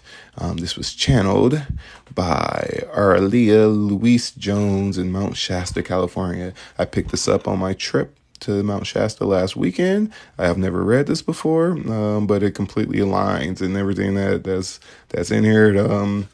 You can pretty much take this on as a truth. And like I said, for me, I understand the metaphysics of this. Is something that I share all the time. It's how drugs affect the way you think, act, and feel, and even your spiritual development. But a lot of people don't understand it because they can't see it. You can't see it while you're on drugs. You literally can't because it affects you in such a deep way, and it's really subtle. But it can affect you to the point where it stops your development completely. So what does it mean specifically when we can rely on one's deity's name or voice, say the Holy Trinity? So you might want to rephrase that question because I'm not sure exactly what you mean by that. But when it comes to any deity, all right, any level of consciousness, all the way from, a single cell organism that can create life to all the way to the mind of the universe, all the way to the consciousness of the sun, right? It's all a part of you. It's literally all you. It's all you. The Holy Trinity, the Holy Spirit is a part of the mental realm. It's one of the most purest levels of consciousness within the sun sphere, and it's a part of you. There's nothing outside of you. And Hermetics it's understanding the metaphysics of that. And even in Buddhism, like all the different deities and stuff like that, the deities levels of consciousness you tune into. You literally, it's a part of you. There's nothing outside of you. We know that those sources of spirit are truthful. Praise the Most High. Yeah. So it's whatever you want to stick to. But the goal, like I said in Hermetics, is understanding that the essence of your very spirit is a vibrational match to the universal mind. It's a vibrational match to God. And now you can stick to any level between where you're at now and that. Now, you can give power to anything in between where you're at now and that. You can make your whole life's purpose anything between there and that. It's completely up to you. But essentially, there's nothing outside of you. Everything is literally a part of you. Your entire experience is the things that you cling on to. The mental realm Everything that you've ever perceived, period. You've never perceived anything outside of yourself. Everything that comes into your awareness, your thoughts, your feelings, your actions, the people, the experiences you have, the spirits, the demons, everything else, they're all a part of you. The lower astral realm that you're tuned into, that is directly related to your IQ. The higher astral realms going into the mental realms, that's directly related to your spiritual IQ. And all the beings that you see within that, it's you. It's all you. It's all the things that you've aligned yourself to. There's nothing outside of you. You've never perceived anything outside of you. What gives you your perception is the light of your spirit, that star. That light is vibrationally matching what's out there to give you a perception, to give you an experience. You have never experienced anything outside of yourself. So whatever you choose to stick to is up to you. And this is why I say literally all paths lead to the same place. You can't do anything but grow and evolve. Everything grows and evolve. Even the universal laws will continue to grow and evolve. Even the bacteria on your skin is growing and evolving. You can't do anything but grow and evolve. Now you can sit there and be mad and and trick yourself and say, "Oh, I'm just sitting here and nothing's happening. I'm not gonna." No, you're still, even down on the molecular, cellular level, everything is growing and evolving. What's the difference between the star and the light in the mind? Same thing. Your spirit is essentially a star, it's a sun. In the same way that the sun, as we know it, it's basically connected to every other sun in the universe. So is your personal star. This is why the sun or soul, SOL, right? Right. So sun or soul, same thing, right? So your spirit or the light of your mind is also, right, essentially your soul star, same thing. It's connected to this conscious field of energy that is the light of your mind. So everything that you experience is literally the light of the sun intermingling with the light of your mind to give you, it creates. That's what creates. So we have that. And then we'll go moon, which is directly related to the astral, right? And then we have, well, this is your astral. So your astral emotional body. So this is what like dictates your belief structures and labels of the light of your spirit intermingling with the light of the sun. This is what changes that light. It binds to it. And this is why people say that the moon is a prison. It keeps us trapped in samsara and stuff like that, because essentially it's true. Essentially it's true. It's not this evil thing that anything else. Like, this is essentially school for us. But your astral emotional body is what gives you your beliefs, and this is your level of belief and labels, right? Those are your labels and beliefs. Because of emotional attachment. Yes. Yeah. So, like I said, you study Buddhism, right? So your emotional attachments, your attachments and aversions, what keep you in this realm of reincarnation. So the goal is to refine the light of your mind. So all these lower emotional things become less sticky, and you can raise above it, right? And this is what gives you all of your perceptions. But all these things are a part of you. The literal sun is responsible for your mental realm. The literal moon is responsible for your astral emotional body. This is a thing. And this is where we talk about the macrocosm and the microcosm. Everything that's happening out here is happening within there. And this applies to everybody. Until you raise your level of consciousness and awareness above that of the moon and to that of the sun, everything that's above you affects you. Everything. But the higher you raise your level of awareness, everything that's below you ceases to affect you negatively. You're in resonance with it. You begin to see how it functions. You begin to understand karma. You begin to understand the effects of the moon and the astral planes and how it affects your experience. And once you make it to the sun, once again, is connected to every other sun in the entire universe. It's like a network of suns there. And how good is this information? So true, but explained perfectly. You're welcome.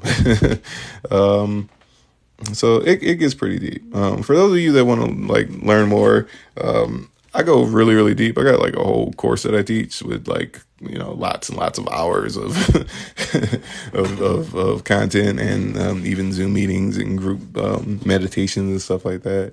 If you're interested, you can check out the link in the bio. If you use the promo code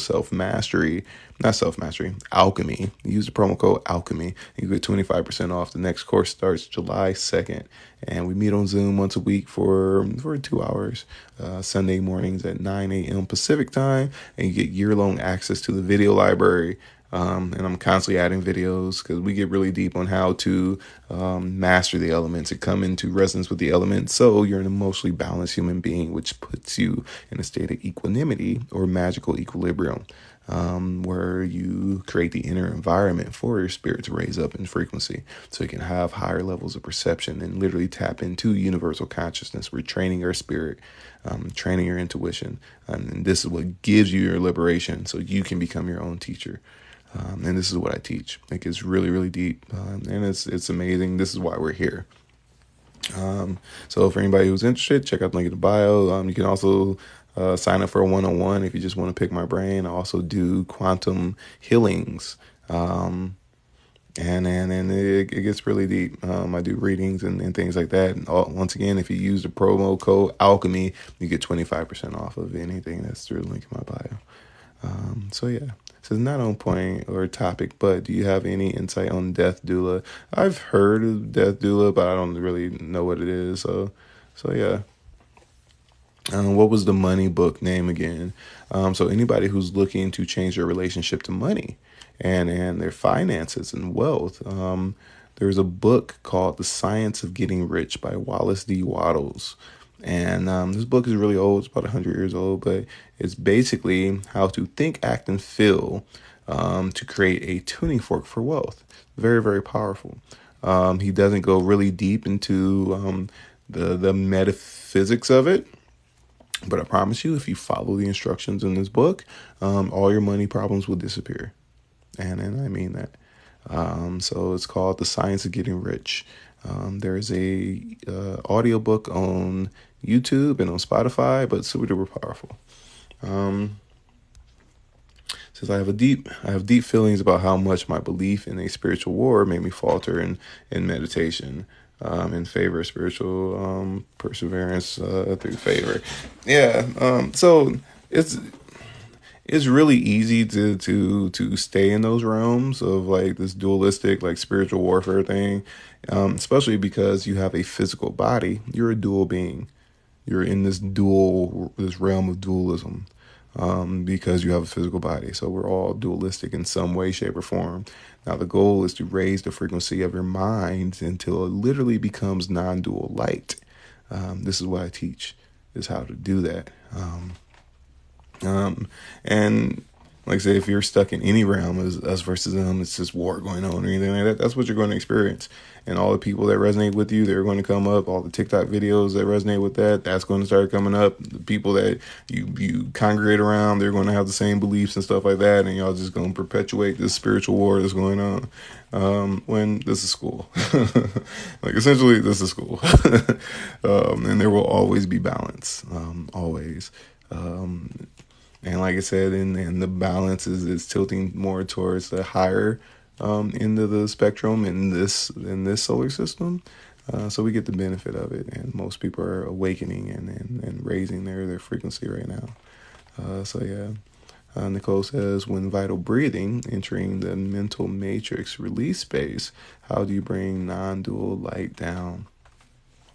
Well, when tuning in a non-dual light, you have to make it up to the mental body. You have to go through the vital breathing exercises, go through the astral breathing exercises. You raise that energy up into the mental body and give it more space. Once you're in the mental body, to tap into non-dual light, you have to have entered into the Akasha first. And that's going to be your gateway. Once you enter into the Akasha, which we usually do this through the solar plexus, where you put the earth element in the earth region of the body, you put the water element in the water region, you put the air element in the chest, the fire into the head, and then you center your awareness into your solar plexus, and you collapse your mind until you get to that atomic level. And once you get into that atomic level, when the light particles are vibrating in and out of emptiness, you pay attention to the emptiness. That emptiness is the akasha. It's a lot easier to collapse your mind into emptiness than it is to spread it out infinitely. So we go inward. But once you do this, you can do this in any point. But once you enter into the akasha and come into resonance with universal consciousness, then you have access to non-dual light, because you went through the akasha. Your mind became the akasha. You vibrationally matched it. And from there, that's when you tune into non-dual light. And you can treat every single pore in your body as a crown chakra, and you can tune into whatever frequency you would like to experience, and you can take on that frequency. For those of you that think that this sounds a bit advanced, it's not as complicated as it sounds, but it's steps to get there. A lot of what I teach, for those of you who have taken the course, it's so funny because I was talking to somebody this morning. We learn all these different skills, right? So you learn mental transference, you learn vital breathing, you learn how to go from vital to astral, astral to mental, mental into the akasha. You learn all these different skills, and then you put all these skills together. And this is what gives you the metaphysical, supernatural skills, is putting them all together, and how to create alchemical formulas to enrich your life and the lives of others. But it's not as complicated as it sounds. It's just a step-by-step method that you have to take. There's levels to it, and every skill and practice that we do, it adds on to every other one. And as you go on this journey, your level of awareness and perception just grows and grows and grows and grows. So even your perception of life now, even the deepest metaphysical, spiritual experiences that you've had, there's more. There's more, and your awareness of it, your sensitivity to it, it grows, and it gets better and better and better. So this is what I teach, is how to do all this, and how to train your spirit so you become your own teacher, how to touch universal light and raise up into universal consciousness. So once again, for anybody who's interested, you can check out the link in my bio. I teach a 4-week course on self-mastery, on ascension, hermetic alchemy. The first level is how to master the elements, because the elements is what controls your root urges and survival instincts. And once you come into resonance with them, all the negatives of the elements cease to affect you. So your whole inner environment begins to change, and it puts you in a state of magical equilibrium, or equanimity, as they say in Buddhism. And from there, we go into the realms of what can you do with this equanimity, this magical equilibrium. So then we go into psychic development and your personal path, and how you become a conduit for divinity. Literally, you become a conductor for higher levels of consciousness. You become one with it. The hermetic path is literally the deepest path you can take.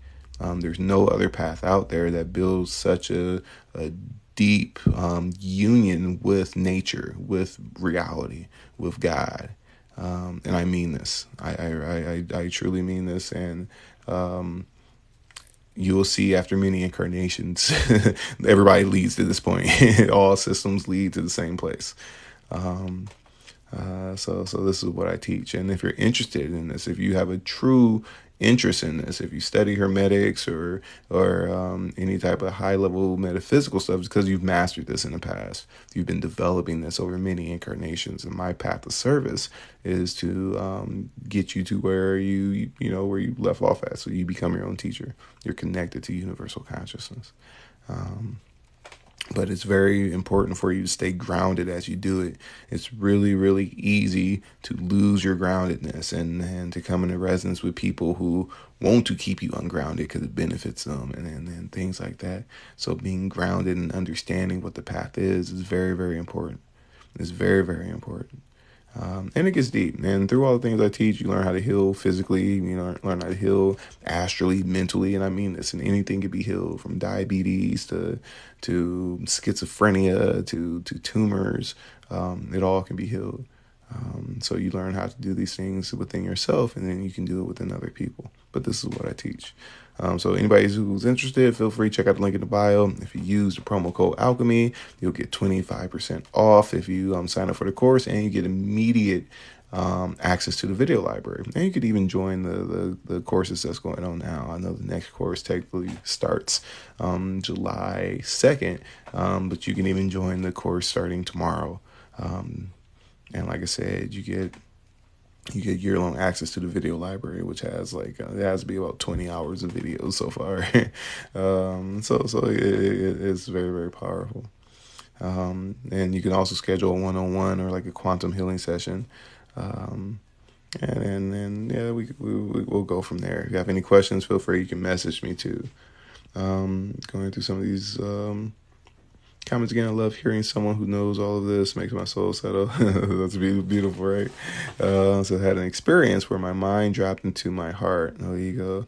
Can this way also lead to that? So your heart space is essentially your astral body. It likes to center itself in your astral body. And the reason why your heart is called your heart, because it is this earth element. That's why it's the same vibration, same letters. Your heart is your air, fire, and water coming into form, and you express it through your heart space, your astral, emotional body. That's what this is. It's a literal thing. So we have sun, spirit, earth is yin. It's yin and yang. So sun is positive, negative, masculine, feminine. Your heart space is that astral, motherly aspect. So that's kind of different. This is RJ. It is fantastic to hear your thoughts and what you do. Thank you. Until next time. Oh, thank you for joining. So what do you think of our government names? They tell you a lot about yourself and your biggest things that you have to look at in your life. Mine literally means crafty oracle. Literally. Just want to let y'all know that. So it's a rhyme and reason for everything. Everything is synchronistic. There's no coincidences. Everything is divinely orchestrated. So being able to see that and coming more in resonance with your divinity and seeing the non-duality in a dualistic body alleviates a lot of your suffering, a lot of it. But it's a thing. You can also change your name too, and there's power in that too, especially if you choose it wisely. So yeah, people keep asking me about the human design thing. So with everything, even with astrology, right? It applies to like 90% of people. There's people who are anomalies and it just doesn't really fit or match or whatever. But human design is at some point. I think mine is like a manifesting generator, and it makes sense. It literally makes sense. So I'm so grateful to find you this morning. Can I ask the book title, please? I don't think you'll be able to find this anywhere. I found this in like a shop in Mount Shasta. Like there's no like anything on there. I don't even know if she has it online. Auralia Louise Jones, and she channeled this from Adama, who is a diplomat from Telos, which is a different dimensional city up under Mount Shasta. And this is like a pretty well-known thing. I got this when I was in Mount Shasta last weekend. And this is my first time actually going through it. But that's all I have for today. I'm not going to continue reading this because I think we made it to page 8. And there's 20 more pages. So I will continue this book maybe tomorrow after the Zoom meeting. Once again, if anybody is interested, check out the link in the bio. If you would like to learn more, you can book a one-on-one. I do personal coaching too. That information is in the link in my bio. If you use promo code Alchemy, you'll get like 25% off of pretty much anything on there. So thank you guys very, very much for joining me. You guys have a very, very beautiful and blessed rest of your evening. I look forward to either seeing you guys on Zoom or in person or in the astral or mental realms. You guys have a very, very blessed and beautiful evening. Bye.